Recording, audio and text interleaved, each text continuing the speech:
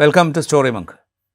VD. Satheesan സർക്കാർ അധികാരമേറ്റിട്ട് കൃത്യം 2 മാസമാകുകയാണ്. മെയ് 18-നായിരുന്നു സത്യപ്രതിജ്ഞ. ഈ 2 മാസത്തിനിടയിൽ തന്നെ മുഖ്യമന്ത്രി വി.ഡി. സതീശൻ അദ്ദേഹത്തിൻ്റെ പാർട്ടിക്കുള്ളിൽ നിന്ന് നേരിട്ട് തന്നെ വലിയ തോതിലുള്ള വിമർശനങ്ങൾക്ക് വിധേയമാകുന്ന കാഴ്ച ഒരുപക്ഷെ അത് മുൻകാലങ്ങളിൽ നിന്ന് വ്യത്യസ്തമാണ് എന്ന് വേണമെങ്കിൽ പറയാം. ഏറ്റവും ഒടുവിൽ ഗവൺമെൻറ് ലീഡർമാരുടെ നിയമനത്തെ ചൊല്ലി KSUവിൻ്റെ കേരള സ്റ്റുഡൻസ് യൂണിയൻ്റെ സംസ്ഥാന പ്രസിഡന്റ് പ്രത്യക്ഷത്തിൽ തന്നെ മുഖ്യമന്ത്രിയെ വിമർശിക്കുന്നു.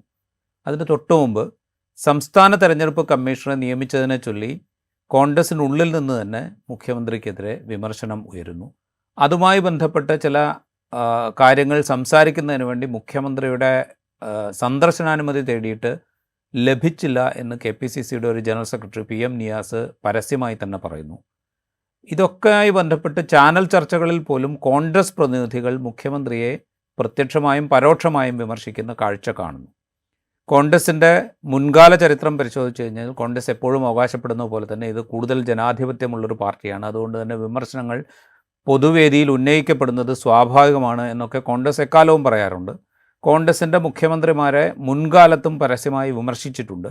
K. കരുണാകരനെ പോലെയുള്ള മുഖ്യമന്ത്രിയെ കേരളത്തിൽ അങ്ങോളം ഇങ്ങോളം പൊതുയോഗം വിളിച്ച് പ്രസംഗിച്ച് വിമർശിച്ച ചരിത്രം കോൺഗ്രസിനുണ്ട്. പക്ഷേ ഒരു സർക്കാർ അധികാരം ഏറ്റെടുത്ത് ഇത്രയും ചുരുങ്ങിയ കാലയളവിൽ മുഖ്യമന്ത്രിയെ നേരിട്ട് KSUവിൻ്റെ സംസ്ഥാന പ്രസിഡന്റ് മുതൽ അങ്ങോട്ട് വിമർശിക്കുന്നൊരു കാഴ്ച അത്ര പതിവുള്ളതാണ് എന്ന് കരുതാൻ സാധിക്കില്ല. മുഖ്യമന്ത്രി സ്ഥാനത്തേക്ക് സതീശൻ വരുന്നത് തന്നെ ദീർഘമായ ചർച്ചയ്ക്ക് ശേഷമാണ്. വലിയ തർക്കങ്ങളുണ്ടായിരുന്നു എന്ന് നമ്മളന്ന് കേട്ടിരുന്നു, വാർത്ത വന്നിരുന്നു. അത് ഔദ്യോഗികമായി നിഷേധിക്കപ്പെട്ടെങ്കിലും അതങ്ങനെ ആയിരുന്നു എന്ന് എല്ലാവർക്കും അറിയാം. ഈ ചുരുങ്ങിയ കാലയളവിൽ ഇത്രയും വലിയ വിമർശനം സതീശനെതിരെ ഉയരുന്നത് അത് തീർത്തും സ്വാഭാവികമായൊരു സംഗതിയാണെന്ന് തോന്നുന്നുണ്ടോ? മുമ്പ് സംഭവിച്ചിട്ടില്ലാത്തതല്ല. കോൺഗ്രസിൻ്റെയും UDFൻ്റെയും ചരിത്രത്തിലുടനീളം സംഭവിച്ചൊരു കാര്യം മാത്രമാണ് ഇത്. അതേസമയം മുഖ്യമന്ത്രിയുടെ തെരഞ്ഞെടുപ്പുമായി ബന്ധപ്പെട്ട് രാജീവ് പറഞ്ഞ ആ തെരഞ്ഞെടുപ്പിന് മുമ്പ് ഉണ്ടായ അഭിപ്രായ വ്യത്യാസങ്ങളുടെ തുടർച്ചയാണിത് എന്നാണ് എനിക്ക് തോന്നുന്നത്. ഇതിലുള്ള വ്യത്യാസം ഒന്ന്, രാജീവ് പറഞ്ഞതുപോലെ മുഖ്യമന്ത്രിയായി ഒരാൾ പുതിയൊരു മന്ത്രിസഭ അധികാരമേറ്റ് 2 മാസം പൂർത്തിയാകുന്നതിന് മുമ്പ്, ഒരുപക്ഷെ 15 ദിവസം പൂർത്തിയാകുന്നതിന് മുമ്പ് തന്നെ ഇത്തരത്തിലുള്ള പ്രവണതകൾ, വിവാദങ്ങൾ, വിമർശനങ്ങൾ, മുനവെച്ചുള്ള വിമർശനങ്ങളൊക്കെ തുടങ്ങിക്കഴിഞ്ഞിരുന്നു. അതിനുശേഷം ഇപ്പോൾ 2 മാസം പൂർത്തിയാകുന്നതിന് മുമ്പ് പ്രശ്നങ്ങളുടെ ഒരു നിര തന്നെ വി.ഡി. സതീശന് മുമ്പിൽ വന്നുപെട്ടിരിക്കുന്നു. ഇത്രയും പെട്ടെന്ന് ഇങ്ങനെയൊരു കോൺഫ്ലിക്റ്റ് ഉണ്ടാകുന്നത് അസ്വാഭാവികമാണ്. അതേസമയം ഇതിലുള്ള മറ്റൊരു പ്രത്യേകത, ചെറുകിട കക്ഷികളാണ് ഇതിൻ്റെ കുന്തമുനയായി നിൽക്കുന്നത് എന്നതാണ്. നേരത്തെയുള്ള കഥ അതല്ല. ഓക്കെ, കരുണാകരനെതിരെ വിമർശനം ഉന്നയിക്കുന്നത് ഉമ്മൻചാണ്ടി നേരിട്ട് പ്രത്യക്ഷമായി വളരെ പേരെടുത്ത് സർക്കാർ അധികാരത്തിലെത്തിയ വളരെ കഴിഞ്ഞ ഉമ്മൻചാണ്ടിക്കെതിരെ വി.ഡി. സതീശൻ തന്നെയാണ് വലിയ തോതിലുള്ള വിമർശനം ഉന്നയിച്ചു വന്നത്. കോൺഗ്രസിനകത്തത് സ്വാഭാവികമാണ്. പക്ഷേ അതൊരു ഇൻറ്റേർണൽ കോൺഫ്ലിക്റ്റ് അതിൻ്റെ രൂക്ഷമാകുന്ന ഘട്ടത്തിൽ കുറച്ച് കഴിഞ്ഞ് ഒരുപക്ഷെ ഒരു നേതൃമാറ്റം ആവശ്യപ്പെടാനൊക്കെ ഒരുങ്ങി തയ്യാറായി അതിന് തീരുമാനമെടുത്ത് ഒരു വിഭാഗം മുന്നോട്ട് വരുമ്പോൾ മാത്രമാണ് അത്തരത്തിലുള്ള വിമർശനങ്ങൾ ഇങ്ങനെ ഉയർന്നു വരുന്നത്. ഇത് ചെറുകിട കക്ഷികളെ വെച്ച് മേൽത്തട്ടിൽ നിന്നുള്ള നേതാക്കന്മാർ, അത് വളരെ ഒബ്വിയസാണ്. അത് മുഖ്യമന്ത്രി സ്ഥാനത്തേക്കുള്ള വി.ഡി. സതീശൻ്റെ തെരഞ്ഞെടുപ്പ് യഥാർത്ഥത്തിൽ ഒരു തരത്തിലും സമവായത്തിലായിരുന്നില്ല. പല വിധത്തിൽ സതീശനെ പിന്മാറ്റാൻ ശ്രമിച്ചെങ്കിലും അത് നടക്കാതെ വന്നപ്പോൾ ഒരുപക്ഷെ അദ്ദേഹം MLA സ്ഥാനം രാജിവെച്ച് ഒരു രാഷ്ട്രീയ മൂവ്മെൻറ്റിന് തന്നെ തുടക്കമിടും എന്നൊക്കെ ഭീഷണിപ്പെടുത്തിയതിന് തുടർന്നാണ് സതീശനെ മുഖ്യമന്ത്രി സ്ഥാനത്തേക്ക് ഉറപ്പിച്ചത്. അതിൻ്റെ ഒരു തുടർച്ച എന്ന മട്ടിൽ വേണം നമ്മൾ ഈ കുഞ്ഞു നേതാക്കന്മാർ മുഖ്യമന്ത്രിയുടെ പദവിയിലിരിക്കുന്ന ഒരാൾക്കെതിരെ ഇങ്ങനെ കാഷ്വലായ കമൻറ്റ് നടത്തുന്നതിനെ കാണാൻ.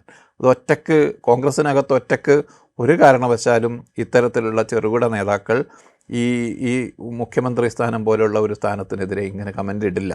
അങ്ങനെ ചെയ്യുന്നുണ്ടെങ്കിൽ അതിന് പിന്നിൽ പിന്തുണക്കുന്ന നേതാക്കന്മാരുണ്ട്. അതാരാണ് എന്ന് വളരെ ഒബ്വിയസ് ആണ് എന്നാണ് ഞാൻ പറഞ്ഞത്. സ്പെസിഫിക് ആണ്, നമുക്ക് വളരെ വ്യക്തമായിട്ട് മനസ്സിലാക്കാൻ കഴിയുന്നതേ ഉള്ളൂ അത് ആരായിരിക്കും. അല്ല, ഒരാളത് പറയുകയും ചെയ്തു, എനിക്ക് KC വേണുഗോപാലുമായുള്ള അടുപ്പം എന്ന് ഒരാൾ സ്വന്തം നിലക്ക് തന്നെ സമ്മതിച്ചുകൊണ്ട് അത് പറയുകയും ചെയ്തു. ഞാൻ ചോദിക്കുന്നത്, ഇപ്പോൾ ഇത് ടാക്കിൾ ചെയ്യുന്നതിൽ മുഖ്യമന്ത്രി എന്നുള്ള നിലയ്ക്ക് വി.ഡി. സതീശന് കുറെ കൂടെ, അതായത് അദ്ദേഹം കഴിഞ്ഞ ക്യാബിനറ്റ് ബ്രീഫ് കഴിഞ്ഞിട്ടുള്ള വാർത്താ സമ്മേളനത്തിൽ ഞാൻ കേരളത്തിൻ്റെ മൊത്തം മുഖ്യമന്ത്രിയാണ്, UDFൻ്റെയോ കോൺഗ്രസിൻ്റെയോ മാത്രം മുഖ്യമന്ത്രിയല്ല എന്ന് പറയുന്നുണ്ട്. അത് വസ്തുതയുമാണ്. കോൺഗ്രസ് ജയിച്ചു, UDF ജയിച്ചു, UDFന് വലിയ ഭൂരിപക്ഷം ഉണ്ടായി, അവർ സർക്കാർ ഉണ്ടാക്കി, അതിൻ്റെ നേതാവ് എന്നുള്ള നിലയിൽ UDFൻ്റെ കക്ഷി നേതാവ് എന്നുള്ള നിലയിൽ VD സതീശൻ മുഖ്യമന്ത്രിയാവുന്നു. എങ്കിൽ പോലും മുഖ്യമന്ത്രി പദത്തിലേക്ക് അദ്ദേഹം എത്തിക്കഴിഞ്ഞാൽ പിന്നെ കേരളത്തിൻ്റെ മൊത്തം മുഖ്യമന്ത്രിയാണ് അദ്ദേഹം. അത് വസ്തുതയുമാണ്. പക്ഷേ അത് അങ്ങനെ ആയിരിക്കെ തന്നെ കോൺഗ്രസും UDFും ഒക്കെ ചേരുന്ന ആ മുന്നണി സംവിധാനത്തിൻ്റെ ആഭ്യന്തരമായ ചില ആവശ്യങ്ങളെ കൂടെ പരിഗണനയ്ക്കെടുത്തുകൊണ്ട് പ്രവർത്തിക്കുക, ആ മുന്നണിയുടെയും പാർട്ടിയുടെയും നയങ്ങൾ കൂടി നടപ്പാക്കുന്ന വിധത്തിൽ പ്രവർത്തിക്കുക, ഇങ്ങനെയൊക്കെയാണല്ലോ ഒരു സംവിധാനം പ്രവർത്തിക്കുക. അതിലേക്ക് വഴങ്ങിക്കൊടുക്കാൻ അദ്ദേഹത്തിന് സാധിക്കാതെ വന്നതിൻ്റെ ഒരു പ്രശ്നം ഇതിലുണ്ട്. ഞാൻ പറയാനുള്ള പ്രധാനപ്പെട്ട കാര്യം എന്ന് പറഞ്ഞു കഴിഞ്ഞാൽ, ഈ ഗവൺമെൻറ് ലീഡർമാരുടെ നിയമനവുമായി ബന്ധപ്പെട്ട് കഴിഞ്ഞ ദിവസത്തെ വാർത്താ സമ്മേളനത്തിൽ മുഖ്യമന്ത്രിയോട് ചോദിക്കുമ്പോൾ മുഖ്യമന്ത്രിയുടെ ആദ്യത്തെ പ്രതികരണം അതൊക്കെ സർക്കാർ തീരുമാനിക്കേണ്ട കാര്യമാണ്, അതിൽ KSUവിന് എന്താണ് കാര്യം, KSU എന്ന് പറയുന്നതിനനുസരിച്ചാണോ സർക്കാർ പ്രവർത്തിക്കുന്നത് എന്നൊക്കെ വളരെ അരഗൻ്റായ വിധത്തിൽ KSUവിനെ. അതിനൊരു കാരണം ഒരു പക്ഷേ ഇത് വളരെ ഇന്നസെൻ്റായി ഒരു യൂണിറ്റ് KSU പ്രസിഡന്റ് പറയുന്നതല്ല, അതല്ലെങ്കിൽ ഒരു സംസ്ഥാന KSU അധ്യക്ഷൻ പറയുന്നതല്ല. ഇതിന് പിന്നിൽ എനിക്കെതിരെയുള്ള ഒരു ടാർഗറ്റിംഗ് ഉണ്ട്, ഒരു ഗെയിൻ പ്ലാൻ ഉണ്ട് എന്ന് മനസ്സിലാക്കിയാവണം, അത് ഉള്ളിൽ വെച്ചാവണം സതീശൻ ഇങ്ങനെ പൊട്ടിത്തെറിച്ച് സംസാരിക്കുന്നത്. പക്ഷേ ഇത് ഒറ്റപ്പെട്ട സംഭവമല്ല. പൊതുവായി തന്നെ മുഖ്യമന്ത്രി സ്ഥാനത്തേക്ക് വന്നതിന് ശേഷം പൊതുവായി തന്നെ സതീശൻ്റെ പ്രതികരണത്തിൽ ഒരു എക്സ്പീരിയൻസ് ഇല്ലായ്മ, ആ പദവിയിൽ കുറച്ചധികം മീൻസ് ഒരു മന്ത്രി സ്ഥാനത്തൊക്കെ കുറച്ചധികം നാളിരുന്ന് ഒരു തഴക്കം വന്ന നേതാവായിരുന്നു സതീശനെങ്കിൽ യഥാർത്ഥത്തിൽ ഇങ്ങനെ പ്രതികരിക്കില്ല. അപ്പോൾ രമേശ് ചെന്നിത്തലയാണ് മുഖ്യമന്ത്രി ആയതെങ്കിൽ രമേശ് ചെന്നിത്തല ഇങ്ങനെ ഇതിനോട് പ്രതികരിക്കില്ല. ആ ഒരു വീഴ്ച, അതല്ലെങ്കിൽ ഒരു പരിചയക്കുറവ് എന്നത് ഇപ്പോൾ MLA ആയി 6 തവണ MLA ആയി ഉണ്ടായിട്ടുള്ള ആളാണ് സതീശനെങ്കിലും മന്ത്രിസ്ഥാനത്തുണ്ടായിട്ടില്ല. അതിലെനിക്കൊരു അഭിപ്രായ വ്യത്യാസമുള്ള, അദ്ദേഹം മന്ത്രിസ്ഥാനത്തുണ്ടായിരുന്നില്ല, അത് ശരിയാണ്. അദ്ദേഹം മന്ത്രി എന്നുള്ള നിലയിൽ അഡ്മിനിസ്ട്രേറ്റീവ് ലെവലിൽ ഉണ്ടായിരുന്നില്ല. പക്ഷേ അദ്ദേഹം ദീർഘനാളായിട്ട് ജനപ്രതിനിധിയാണ്. കഴിഞ്ഞ 5 വർഷം പ്രതിപക്ഷ നേതാവായിരുന്നു. പ്രതിപക്ഷ നേതാവ് എന്നുള്ള നിലയ്ക്ക് അദ്ദേഹത്തിൻ്റെ അവസാന സമയത്ത് പ്രതിപക്ഷ നേതൃപദവിയിലെ അവസാന ഘട്ടത്തിൽ അദ്ദേഹം ടീം UDFൻ്റെ ലീഡർ എന്നുള്ള നിലയിലാണ് മാധ്യമങ്ങളോട് സംസാരിച്ചിരുന്നത്. ഒക്കെ അദ്ദേഹം പ്രസൻറ്റ് ചെയ്യാൻ ശ്രമിച്ചത് ഇത് മുഴുവൻ ടീം UDFൻ്റെ ഒരു റിഫ്ലക്ഷനായിട്ടാണ് അദ്ദേഹം എല്ലാ കാര്യങ്ങളും പുറത്തേക്ക് പ്രതിഫലിപ്പിച്ചിരുന്നത്. അവിടെ നിന്നാണ് അദ്ദേഹം മുഖ്യമന്ത്രി പദത്തിലേക്ക് എത്തുന്നത്. അദ്ദേഹത്തിന് മാധ്യമങ്ങളോട് സംസാരിച്ച് പരിചയമില്ലാത്ത ആളല്ല. ഇത്തരം എന്താ പറയുക, ഗ്രൂപ്പ് വൈരവുമായി ബന്ധപ്പെട്ട അല്ലെങ്കിൽ അഭിപ്രായ വ്യത്യാസങ്ങളുമായി ബന്ധപ്പെട്ട നേതാക്കളുടെ ഇടയിലുള്ള അഭിപ്രായ വ്യത്യാസവുമായി ബന്ധപ്പെട്ട കാര്യങ്ങളോട് മറുപടി പറഞ്ഞ് ശീലമില്ലാത്ത ആളുമല്ല. അങ്ങനെ ആണെങ്കിൽ കുഴപ്പമില്ല. പക്ഷേ ഇതൊക്കെ ശരിയാണ്. സതീശൻ പ്രതിപക്ഷ നേതാവ് എന്ന നിലയിൽ 5 വർഷത്തെ എക്സ്പീരിയൻസ് ഉണ്ട്, 6 തവണ MLA ആയിട്ടുള്ള എക്സ്പീരിയൻസ് ഉണ്ട്. ഇതൊക്കെ ശരിയാണ്. പാർട്ടിക്കകത്ത് ഇത്തരം കാര്യങ്ങൾ കൈകാര്യം ചെയ്ത് പരിചയമുണ്ട്. ഉമ്മൻചാണ്ടിക്കെതിരെയൊക്കെയുള്ള പട നയിച്ചിട്ടുണ്ട്. ഇതെല്ലാം ശരിയാണ്. എങ്കിൽ പോലും സതീശൻ്റെ ആ വരവ്, മുഖ്യമന്ത്രി സ്ഥാനത്തേക്കുള്ള വരവിൽ ഒരു സംഘർഷം ഉണ്ടായിരുന്നു. ആ വരവിൽ പാർട്ടിക്കകത്ത് ഇതുവരെ ഇല്ലാത്തൊരു സംഘർഷമുണ്ടായിരുന്നു. അതുകൊണ്ടാണ് അത്രയും കാലം അത് നീണ്ടുപോയത്. ഏതെങ്കിലും തരത്തിലുള്ളൊരു പിന്തുണ സതീശന് പാർട്ടിക്കകത്ത് ഉണ്ടായിരുന്നില്ല.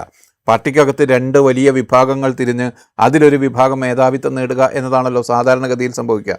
ഇത്തവണ അങ്ങനെയല്ല സംഭവിച്ചത്. പാർട്ടിക്കകത്ത് 2 വിഭാഗങ്ങൾ തമ്മിലായിരുന്നില്ല ഫൈറ്റ്. സതീശൻ ഒരു പക്ഷത്തും പാർട്ടി വേറൊരു പക്ഷത്തും എന്ന മട്ടിലായിരുന്നു മുഖ്യമന്ത്രി സ്ഥാനത്തേക്കുള്ള ആ സംഘർഷത്തിൻ്റെ സ്വഭാവം. അക്കൂട്ടത്തിൽ UDFൽ മുസ്ലിം ലീഗിൻ്റെ പിന്തുണ കൂടി ഗാർണർ ചെയ്യാൻ പറ്റിയതുകൊണ്ട് സതീശൻ മുഖ്യമന്ത്രി സ്ഥാനത്തേക്ക് എത്തുകയാണ് ചെയ്തത്. പാർട്ടി ഒന്നാകെ തന്നെ അദ്ദേഹത്തിന് ആയിരുന്നു എന്ന് വേണമെങ്കിൽ പറയാം. കിട്ടിയ ഓരോ അവസരത്തിലും കൂടെയുള്ള മന്ത്രിമാർ തന്നെ, ഇപ്പോൾ ലിജു ആദ്യത്തെ അവസരത്തിൽ തന്നെ മുഖ്യമന്ത്രിക്കെതിരെ സംശയത്തിൻ്റെ മുനയിട്ടു. മുരളീധരൻ ഒരു നിയമനവുമായി ബന്ധപ്പെട്ട് അത് മുഖ്യമന്ത്രിയുടെ പ്രെറോഗേറ്റീവ് എന്ന നിലയിൽ തീരുമാനിക്കപ്പെട്ടതാണ് എന്ന് പരസ്യമായി പറഞ്ഞു. കിട്ടിയ ആദ്യത്തെ അവസരത്തിൽ എല്ലാവരും തന്നെ മന്ത്രിമാരുൾപ്പെടെയുള്ള ആളുകൾ മുഖ്യമന്ത്രിയെ ഐസൊലേറ്റ് ചെയ്യുന്ന പോലെയാണ് പെരുമാറിയത്. അതിനുള്ള കാരണം മുഖ്യമന്ത്രി സ്ഥാനത്തേക്ക് നടന്ന ആ തെരഞ്ഞെടുപ്പ് പാർട്ടിക്കകത്ത്, കോൺഗ്രസിനകത്ത് സാധാരണഗതിയിൽ നടക്കുന്ന പോലെയല്ല സംഭവിച്ചത്. വലിയ തോതിൽ കോൺഗ്രസിനെ സമ്മർദ്ദപ്പെടുത്തിയാണ് യഥാർത്ഥത്തിൽ VD സതീശൻ മുഖ്യമന്ത്രിയായത്. അതായിരുന്നു ജനവിധി എന്ന കാര്യത്തിൽ യാതൊരു തർക്കവുമില്ല. ജനങ്ങൾ അതാണ് ആഗ്രഹിച്ചത്, അതായിരുന്നു ജനവിധി. അത് മറിച്ചായിരുന്നെങ്കിൽ അത് ജനവിധിയെ കൊള്ളയടിക്കുന്നതിന് തുല്യമാകുമായിരുന്നു. പക്ഷെ പാർട്ടിക്കകത്തുള്ള ഘടനാപരമായുള്ള പിന്തുണ സതീശൻ ഉണ്ടായിരുന്നില്ല. അതിൻ്റെ തന്നെ തുടർച്ചയാണ് ഈ പുതിയ സംഭവവികാസങ്ങൾ എന്നാണ് ഞാൻ കാണുന്നത്. സതീശൻ ഇതെല്ലാം ഉള്ളിൽ വെച്ചായിരിക്കണം ഒരുപക്ഷെ സംസാരിക്കുന്നത്. അതായത് ഇത് നേരെ വരുന്ന അതല്ല, ഇത് ഒരു അതിനകത്തുള്ള ഒരു ടേക്ക് എനിക്ക് തോന്നുന്നത് ഇത് ഹാൻഡിൽ ചെയ്യാൻ അദ്ദേഹത്തിന് കഴിയാതെ പോകുന്നുണ്ടോ എന്നുള്ളതാണ്. ഇപ്പോൾ കോൺഗ്രസിൻ്റെ ഒരു രീതി അനുസരിച്ച് മുഖ്യമന്ത്രി പദത്തിലേക്ക് ഒരാൾ എത്തുന്നുവെങ്കിൽ പിന്നെ അദ്ദേഹത്തെ കേന്ദ്രീകരിച്ചിട്ടാണ് കാര്യങ്ങൾ ഫോം ചെയ്യപ്പെടുക. നമ്മൾ കഴിഞ്ഞ കാലഘട്ടങ്ങളിലൊക്കെ നോക്കുക. ഇപ്പോൾ കെ കരുണാകരൻ മുഖ്യമന്ത്രിയായിരുന്ന ഘട്ടത്തിൽ മുഖ്യമന്ത്രിയെ കേന്ദ്രീകരിച്ചിട്ടാണ് കാര്യങ്ങൾ അവിടെ രൂപപ്പെട്ടു വന്നത്. പിന്നീട് എ കെ ആന്റണി ആയ സമയത്ത്, ഉമ്മൻചാണ്ടി ആയ സമയത്ത് ഒക്കെ മുഖ്യമന്ത്രി പദത്തിലിരിക്കുന്ന വ്യക്തിയെ കേന്ദ്രീകരിച്ചിട്ടാണ് പിന്നെ കോൺഗ്രസ്സിലെ ഗ്രൂപ്പ് ഇക്വേഷൻസ് ആണെങ്കിലും അവിടുത്തെ ഒരു പവർ ഇക്വേഷൻ ആണെങ്കിലും ഒക്കെ ഫോം ചെയ്യപ്പെടുക. ഇവിടെ ഈ വി ഡി സതീശൻ മുഖ്യമന്ത്രി സ്ഥാനത്തേക്ക് വരുമ്പോൾ സ്വാഭാവികമായും കോൺഗ്രസ്സിലെ പവർ ഇക്വേഷനിൽ മാറ്റം വരാനുള്ളൊരു സാധ്യത അവിടെ ഉണ്ടായിരുന്നു. അത് ഉപയോഗപ്പെടുത്താൻ സതീശന് ഞാനും അങ്ങനെയാണ് പ്രതീക്ഷ. മുഖ്യമന്ത്രി സ്ഥാനത്തേക്ക് അദ്ദേഹം എത്തുന്നതോടുകൂടി കോൺഗ്രസിൻ്റെ ഒരു സ്വഭാവം അനുസരിച്ച് കോൺഗ്രസിൻ്റെ ഒരു ഇടത്തരം നേതാക്കൾ അല്ലെങ്കിൽ മേൽത്തട്ടിലുള്ള നേതാക്കളിൽ സതീശനിലേക്കുള്ള ഒരു അലൈൻമെൻറ്റ് ഉണ്ടാകും.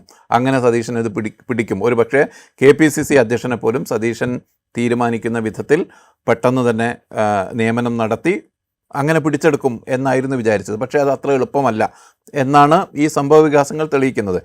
ഫ്രസ്ട്രേഷൻ എന്നത് അതല്ലെങ്കിൽ ഒരു മുഴുവനായ പിന്തുണ പാർട്ടിയിൽ നിന്ന് കിട്ടാതിരിക്കുന്നത്, മുന്നണിയിൽ നിന്നും ആ വിധത്തിലുള്ള മുഴുവൻ പിന്തുണ. അതേസമയം മുസ്ലിം ലീഗ് സതീശനെ പിന്തുണയ്ക്കുന്നുണ്ട് എന്ന കാര്യവും ഒബ്വിയസ് ആണ്. കോൺഗ്രസിനകത്ത് നിന്ന് വേണ്ടത്ര ഒരു പിന്തുണ കിട്ടാത്തതിൻ്റെ അതിൻ്റെ ഒരു പ്രതിഫലനം കൂടി ഈ ഇത്തരം പ്രയോഗങ്ങളിൽ അല്ലെങ്കിൽ ഇങ്ങനെ ഫ്രസ്ട്രേറ്റഡ് ആവുന്നതിൽ, ഇങ്ങനെ ഒരു ഈർഷ്യ കാണിക്കുന്നതിലുണ്ട് എന്നാണ് എനിക്ക് തോന്നുന്നത്. അല്ലെങ്കിൽ PM നിയാസിനെയോ സേവ്യറെയോ ഒന്ന് കാണാം എന്ന് തീരുമാനിക്കുകയും അവരുമായി കണ്ട് സംസാരിച്ചു പോവുകയും ചെയ്യുന്നതിൽ പ്രത്യേകിച്ചൊരു പ്രശ്നവുമില്ല. അത് മറ്റൊന്നിൻ്റെ പ്രതിനിധാനമാണ് എന്ന തോന്നലിൻ്റെ അടിസ്ഥാനത്തിൽ വേറെ എന്തോ ഒന്ന് രൂപം കൊണ്ടുവരുന്നതാണ്, എനിക്കെതിരെയുള്ള ഒരു വിയോജിപ്പ് രൂപപ്പെടുത്തിയെടുക്കുന്നതാണ് എന്ന തോന്നലിൽ നിന്നാകണം ഇതിനെ ഇങ്ങനെ പരസ്യമായി തുടക്കത്തിൽ തന്നെ തള്ളിപ്പറയുന്നത് എന്നാണ് എനിക്ക് തോന്നുന്നത്. പക്ഷേ ഇതിപ്പോൾ കോൺഗ്രസ്സിലായതുകൊണ്ടും UDFിലായതുകൊണ്ടും ഇതുപോലെയുള്ള വളരെ പരസ്യമായ തള്ളിപ്പറച്ചിലുകൾ, ഇപ്പോൾ KSUവിൻ്റെ കാര്യത്തിൽ അദ്ദേഹം വളരെ ഹാർഷായിട്ടാണ് ആ വാർത്താ സമ്മേളനത്തിൽ പ്രതികരിക്കുന്നത്. KSUവിൻ്റെ തിരിച്ചും അങ്ങനെ തന്നെ പ്രതികരിച്ചു. പക്ഷെ അതിന് അദ്ദേഹം തന്നെ വഴിമരുന്നിട്ട് കൊടുക്കുകയാണ്. അതായത് KSUവിൻ്റെ ലോ കോളേജ് യൂണിറ്റ് ആണോ ഗവൺമെൻറ് പ്ലീഡർമാരെ തീരുമാനിക്കുന്നത്, KSUവിന് എന്താണ് ഇതിൽ കാര്യം എന്നൊക്കെ വളരെ സത്യം പറഞ്ഞാൽ സതീശൻ ഒഫീഷ്യലി സംസാരിക്കുന്നത് ശരിയാണ്. കാരണം കേരള സ്റ്റുഡൻസ് യൂണിയനോ അല്ലെങ്കിൽ കോൺഗ്രസിൻ്റെ കീഴിലുള്ള ഓൾ ഇന്ത്യ ലോയേഴ്സ് കോൺഗ്രസിനോ ഒന്നും ഗവൺമെൻറ് പ്ലീഡർമാരെ നിയമിക്കുന്നതിൽ യാതൊരു റോളുമില്ല. അവർക്ക് വേണമെങ്കിൽ ആളെ നിർദ്ദേശിക്കാം, അത് ഗവൺമെൻറ്റിന് സ്വീകാര്യമാണെങ്കിൽ ഗവൺമെൻറ്റിന് നിയമിക്കാം, ഇത് മാത്രമേ ഉള്ളൂ. അപ്പോൾ ഒഫീഷ്യലി സതീശൻ പറയുന്ന കാര്യം ശരിയാണ്. പക്ഷേ അദ്ദേഹം അത് പറയുന്ന രീതി വളരെ ഹാർഷായിട്ട് അത് പറയുമ്പോൾ അതുണ്ടാക്കുന്ന ഒരു പ്രശ്നങ്ങൾ കോൺഗ്രസിനകത്ത്, പ്രത്യേകിച്ച് ഈ 2 മാസത്തിനിടയിൽ തന്നെ പാർട്ടിക്കുള്ളിൽ നിന്ന് വേണ്ട പിന്തുണ കിട്ടുന്നില്ല എന്ന തോന്നലിലുള്ള ഒരു മുഖ്യമന്ത്രി ഇത്രയും ഹാർഷായിട്ട് പ്രതികരിക്കാൻ തുടങ്ങിയാൽ അത് കൂടുതൽ പ്രശ്നങ്ങളിലേക്ക്. പക്ഷേ എനിക്കിവിടെ ഉള്ള ഒരു കാര്യം ആഡ് ചെയ്യാനുള്ളത്, ഇത് KSUവും അല്ലെങ്കിൽ കോൺഗ്രസ്സിലെ ഒരു KPCCയുടെ ഒരു ജനറൽ സെക്രട്ടറിയും മുഖ്യമന്ത്രിയും തമ്മിലുള്ള പ്രശ്നം എന്ന നിലയിൽ ഇതിനിടയിൽ ഇതിൻ്റെ താഴെയുള്ള വളരെ ഗുരുതരമായ ചില പ്രശ്നങ്ങളുണ്ട്. ഇപ്പോൾ സതീശൻ മന്ത്രിസഭ അധികാരത്തിൽ വന്നതിന് ശേഷം ഉയർന്നു വന്ന കുറേ അധികം പ്രശ്നങ്ങളുണ്ട്. അതിൽ ചെറിയ കാര്യമാണ് ശരിക്കും ഗവൺമെൻറ് പ്ലീഡർമാരുടെ നിയമനം എന്ന് പറയുന്നത്. അതിനപ്പുറത്ത് RSSുമായുള്ള ബന്ധത്തിൽ നേരത്തെ ഇപ്പോൾ ഈ സർക്കാർ അധികാരത്തിൽ വരാനിടയായ ഒരു പശ്ചാത്തലം തന്നെ ക്വസ്റ്റ്യൻ ചെയ്യപ്പെടുന്ന വിധത്തിലാണ് നടപടികൾ ഉണ്ടാകുന്നത് എന്ന വിമർശനം വന്നു. അതോടൊപ്പം തന്നെ ഇപ്പോൾ അദാനിയുമായി ബന്ധപ്പെട്ട പ്രശ്നം വന്നു, വിഴിഞ്ഞം തുറമുഖവുമായി ബന്ധപ്പെട്ട പ്രശ്നം വന്നു. ഇത്തരത്തിലുള്ള കാര്യങ്ങൾക്കൊന്നും PM ശ്രീ പദ്ധതിയുമായി ബന്ധപ്പെട്ട് ഉള്ള ഇത് വന്നു. ഇതിനൊന്നും യഥാർത്ഥത്തിൽ മറുപടി പറഞ്ഞു പോകുന്നില്ല, അതല്ലെങ്കിൽ ക്ലാരിറ്റി ജനങ്ങൾക്ക് ലഭിക്കുന്നില്ല എന്ന പ്രശ്നമാണ് ഇൻറ്റേർണലായ ഇവരുടെ തമ്മിൽ തല്ലിനേക്കാൾ പ്രധാനപ്പെട്ടത് എന്നെനിക്ക് തോന്നുന്നു. എനിക്ക് ഈ 60 ദിവസം 2 മാസത്തെ കാലയളവിനിടയിൽ എനിക്ക് ഏറ്റവും ഇതുവരെ സതീശൻ ഉത്തരം പറഞ്ഞിട്ടില്ല എന്ന് തോന്നുന്ന ഒരു കാര്യം യഥാർത്ഥത്തിൽ സത്യപ്രതിജ്ഞയ്ക്ക് തൊട്ട് മുമ്പ് അദ്ദേഹം നടത്തിയ മംഗലാപുരം യാത്രയെക്കുറിച്ചാണ്. വി.ഡി. സതീശനെ പോലെ പ്രതിപക്ഷ നേതൃസ്ഥാനത്ത് ഇരുന്ന സർക്കാരിനെതിരെ വലിയ തോതിലുള്ള വിമർശനം അഴിച്ചുവിട്ട ഒരാൾ മുഖ്യമന്ത്രി സ്ഥാനത്തേക്ക് എത്തുന്നതിന് മുമ്പ് ഒരു ചാർട്ടേഡ് ഫ്ലൈറ്റിൽ പോയി ഒരു നിശ്ചിത ആളുകളുമായി ചർച്ച നടത്തി എന്ന അലിഗേഷൻ ഉന്നയിക്കപ്പെട്ടു. പ്രതിപക്ഷ നേതാവ് പറഞ്ഞു, CPIMൻ്റെ ദേശീയ ജനറൽ സെക്രട്ടറി കഴിഞ്ഞ ദിവസം നടത്തിയ വാർത്താ സമ്മേളനത്തിൽ പോലും അത് ആവർത്തിച്ചു. പക്ഷെ അതെന്താണ്, ആരെയാണ് ഞാൻ കണ്ടത്, എന്താണ് എന്ന് പറയാൻ, അതല്ലെങ്കിൽ ആ വിമാനം, ചാർട്ടേഡ് വിമാനം ആരുടെ ചെലവിലായിരുന്നു എന്നത് പറയാൻ സതീശൻ ഇതുവരെ മുന്നോട്ട് വന്നിട്ടില്ല. എനിക്ക് തോന്നുന്നു അതാണ് ഇതുവരെയുള്ള ഈ സംഭവ പരമ്പരയിൽ ഏറ്റവും ദുരൂഹമായി കിടക്കുന്ന കാര്യം. അതുമായാണ് ജനം ഇതിനെ കണക്ട് ചെയ്യുക. ഇത്തരത്തിൽ സതീശൻ നേരത്തെ, ഇപ്പം ഞാൻ നെഹ്റുവിയൻ സോഷ്യലിസ്റ്റാണ്, ഞാൻ ഈ നാട്ടിൽ വലിയ തോതിലുള്ള മാറ്റമുണ്ടാക്കാൻ വരികയാണ് എന്ന ഇംപ്രഷൻ കൊടുത്തതിന് ശേഷം അദ്ദേഹം അധികാരത്തിലേക്ക് എത്തുമ്പോഴും ദുരൂഹതയ്ക്ക് ഒരു കുറവുമില്ല. ഇത്തരത്തിലുള്ള ദുരൂഹമായ കാര്യങ്ങൾ സംഭവിക്കുന്നു. അതിൻ്റെ തുടർച്ചയായി മാത്രമേ വിഴിഞ്ഞം സംഭവത്തെയും മറ്റ് നിയമനങ്ങളെയും എല്ലാം ജനം കാണൂ. ആ പ്രശ്നം അവിടെയുണ്ട്. അത് കോൺഗ്രസ്സിനകത്തെ ഇൻറ്റേർണലായ ഒരു പ്രശ്നങ്ങളിൽപ്പെട്ട് ഒതുങ്ങിപ്പോകേണ്ട ഒന്നല്ല എന്നാണ് എനിക്ക് തോന്നുന്നത്. റൈറ്റ്. ഇതിൽ ഈ പരമ്പരയുടെ ഏറ്റവും അവസാനം കഴിഞ്ഞ ദിവസം ബ്ലൂംബർഗിന് അദ്ദേഹം കൊടുത്ത ഇൻ്റർവ്യൂവിൽ കേരളത്തിൽ വലിയൊരു കപ്പൽ നിർമ്മാണ ശാല സ്ഥാപിക്കാൻ 10,000 കോടി രൂപ നിക്ഷേപിക്കാൻ ടാറ്റ സന്നദ്ധമാകുന്നു എന്നൊരു പ്രഖ്യാപനം അദ്ദേഹം ബ്ലൂംബർഗിന് കൊടുത്ത അഭിമുഖത്തിൽ പറഞ്ഞിരുന്നു. അത് തന്നെ അദ്ദേഹം തിരുവനന്തപുരത്തൊരു പബ്ലിക് പരിപാടിയിൽ പരസ്യമായിട്ട് പ്രസംഗിക്കുകയും ചെയ്തു.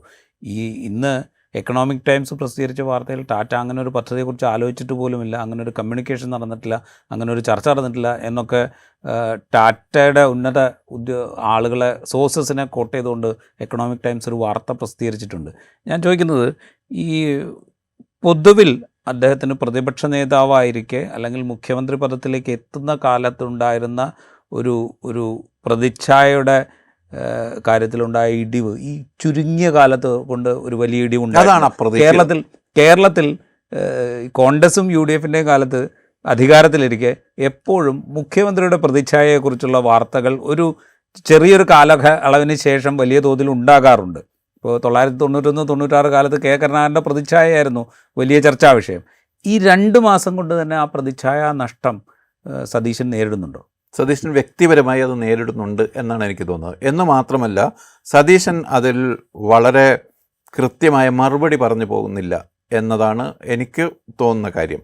അത് ഈ ഉടനീളം ഈ ഓരോരോ സംഭവ പരമ്പരകൾ എടുത്താലും, വീര്യം കുറഞ്ഞ മദ്യത്തിൻ്റെ കാര്യമെടുത്താലും, PM ശ്രീയുടെ കാര്യമെടുത്താലും, അദാനി പ്രശ്നമെടുത്താലും, നിയമനങ്ങളുടെ കാര്യമെടുത്താലും സതീശൻ മറുപടി പറയുകയല്ല ചെയ്യുന്നത്. പകരം ചോദ്യം ചെയ്യാനുള്ള അവകാശത്തെ ക്വസ്റ്റ്യൻ ചെയ്യുകയാണ് ചെയ്യുന്നത്. അതിൽ സംശയം ഉന്നയിക്കാനുള്ള അവകാശത്തെ ക്വസ്റ്റ്യൻ ചെയ്യുകയാണ്. സതീശൻ ആദ്യം മറുപടി പറയേണ്ടത്, തുടക്കം മുതൽ ഓരോന്നോരോന്നെടുത്താൽ ആദ്യം മറുപടി പറയേണ്ടത്, അദ്ദേഹത്തിന് മേൽ അദ്ദേഹം അധികാരത്തിൽ വരുന്നതിന് മുമ്പ് തന്നെ ഒരു സംശയത്തിൻ്റെ നിഴൽ വീണിരുന്നു. അതെന്താണ് എന്ന് വിശദീകരിച്ച് പോകണം. അല്പം വൈകിയാണെങ്കിലും സതീശൻ അത് വിശദീകരിച്ച് പോകേണ്ടതുണ്ട്. അല്ലെങ്കിൽ അദ്ദേഹം ചെയ്യുന്ന എല്ലാ കാര്യത്തിനുമേലും ഈ സംശയം നിലനിൽക്കും. ഇപ്പോൾ അതോടൊപ്പം രാജീവ് പറഞ്ഞല്ലോ, സമുദ്ര തീരവും അല്ലെങ്കിൽ കേരളത്തിൻ്റെ സമുദ്ര മേഖലയുമായി ബന്ധപ്പെട്ടാണ് ഭാവി കേരളം പടുത്തുയർത്താൻ അദ്ദേഹം തീരുമാനിച്ചിരിക്കുന്നത്, അല്ലെങ്കിൽ അദ്ദേഹത്തിൻ്റെ ആശയം അതാണ് എന്ന് വളരെ വ്യക്തമാണ്. അത് ബജറ്റിലുണ്ട്, അതിനു മുമ്പുള്ള പ്രസംഗങ്ങളിലുണ്ട്, അതിന് ശേഷമുണ്ട്. ആ പദ്ധതിയെക്കുറിച്ചൊക്കെയുള്ള വളരെ ഗൗരവത്തിലും സമഗ്രമായുള്ള ചർച്ച എവിടെയാണ് നടന്നത്? സതീശൻ്റെ മനസ്സിലുള്ളൊരു കേരളമാണോ, അതോ UDFൻ്റെ കേരളത്തിൻ്റെ വികസനത്തെക്കുറിച്ചുള്ളൊരു പദ്ധതിയാണോ? എന്താണ് നടപ്പാവാൻ പോകുന്നത്? അല്ലെങ്കിൽ കോൺഗ്രസിൻ്റെ പദ്ധതിയാണ്? അതെന്താണ് എന്ന കാര്യത്തിൽ തീരുമാനമില്ല. നമുക്ക് പ്രത്യക്ഷത്തിൽ മനസ്സിലാവുക, സതീശൻ്റെ ഉള്ളിൽ എന്തൊക്കെയോ ഐഡിയ ഉണ്ട്, അത് നടപ്പാക്കാൻ പോകുന്നു. അങ്ങനെയല്ലല്ലോ ഒരു സർക്കാർ പ്രവർത്തിക്കേണ്ടത്. UDFന് അക്കാര്യത്തിലൊരു ധാരണയുണ്ടോ? കോൺഗ്രസിന് അക്കാര്യത്തിലൊരു നയമുണ്ടോ? സതീശൻ അതാണോ ചെയ്യാൻ പോകുന്നത്? ആ കാര്യത്തിലൊന്നും ക്ലാരിറ്റി ഇല്ല. ചുരുക്കി പറഞ്ഞാൽ വ്യക്തിപരത എന്നതിങ്ങനെ മുഴച്ചു നിൽക്കുകയാണ് സതീശൻ്റെ കാര്യത്തിൽ. സതീശൻ്റെ പ്രതികരണങ്ങളിലും ആ വ്യക്തിപരതയാണുള്ളത് എന്നാണ് എനിക്ക് തോന്നുന്നത്. റൈറ്റ്. ഒരുപക്ഷെ കഴിഞ്ഞ ദിവസം VM സുധീരൻ അദ്ദേഹത്തിനൊരു അവാർഡ് സമ്മാനിച്ച ചടങ്ങിൽ സതീശൻ തന്നെയാണ് അവാർഡ് സമ്മാനിച്ചത്. സതീശൻ നൽകിയ ഉപദേശം ഈ ഘട്ടത്തിൽ ഓർക്കുന്നത് നന്നായിരിക്കും എന്നെനിക്ക് തോന്നുന്നു. അദ്ദേഹം വലിയ ജനപ്രീതിയോടുകൂടി അധികാരത്തിലെത്തിയ പിണറായി വിജയൻ സർക്കാർ എങ്ങനെയാണ് വലിയ പരാജയം ഏറ്റുവാങ്ങിയത് എന്ന ഓർമ്മയുണ്ടാവണം എന്ന് VM സുധീരൻ അദ്ദേഹത്തെ ഓർമ്മിപ്പിക്കുന്നുണ്ടായിരുന്നു VD സതീശനെ. VM സുധീരൻ തന്നെയാണ് വീര്യം കുറഞ്ഞ മദ്യത്തിൻ്റെ കാര്യത്തിൽ വലിയ വിമർശനം VD സതീശനെതിരെ ഉയർത്തിയത് എന്നുള്ളൊരു കൗതുകവും കൂടി അവിടെ അവശേഷിക്കുന്നുണ്ട്. എന്തായാലും കോൺഗ്രസിനുള്ളിൽ ഒരു പടയൊരുങ്ങുന്നുണ്ടോ വി ഡി സതീശനെതിരെ എന്ന ചോദ്യം അവിടെ അവശേഷിപ്പിക്കുന്നുണ്ട്. പ്രത്യേകിച്ച് കെ എസ് യുവിൻ്റെ സംസ്ഥാന പ്രസിഡൻ്റൊക്കെ വളരെ ധൈര്യപൂർവ്വം പരസ്യ വിമർശനത്തിന് മുതിരുമ്പോൾ കോൺഗ്രസിനുള്ളിൽ വളരെ ചുരുങ്ങിയ കാലം കൊണ്ട് തന്നെ ഒരു പടയൊരുങ്ങുന്നുണ്ടോ മുഖ്യമന്ത്രിക്കെതിരെ എന്ന ചോദ്യം. യഥാർത്ഥ പ്ലേയേഴ്സ് എപ്പോൾ വരും എന്ന് മാത്രമേ യഥാർത്ഥ പ്ലേയേഴ്സ് എപ്പോൾ വരും എന്നുള്ള യഥാർത്ഥ പ്ലേയേഴ്സ് ആരൊക്കെയാണ് എന്തൊക്കെയാണ് എന്ന് നമുക്ക് നേരത്തെ മുതൽ തന്നെ അറിയാം. പക്ഷെ അവരെപ്പോഴാണ് പ്രത്യക്ഷപ്പെടുക എന്ന് മാത്രമേ ഉള്ളൂ.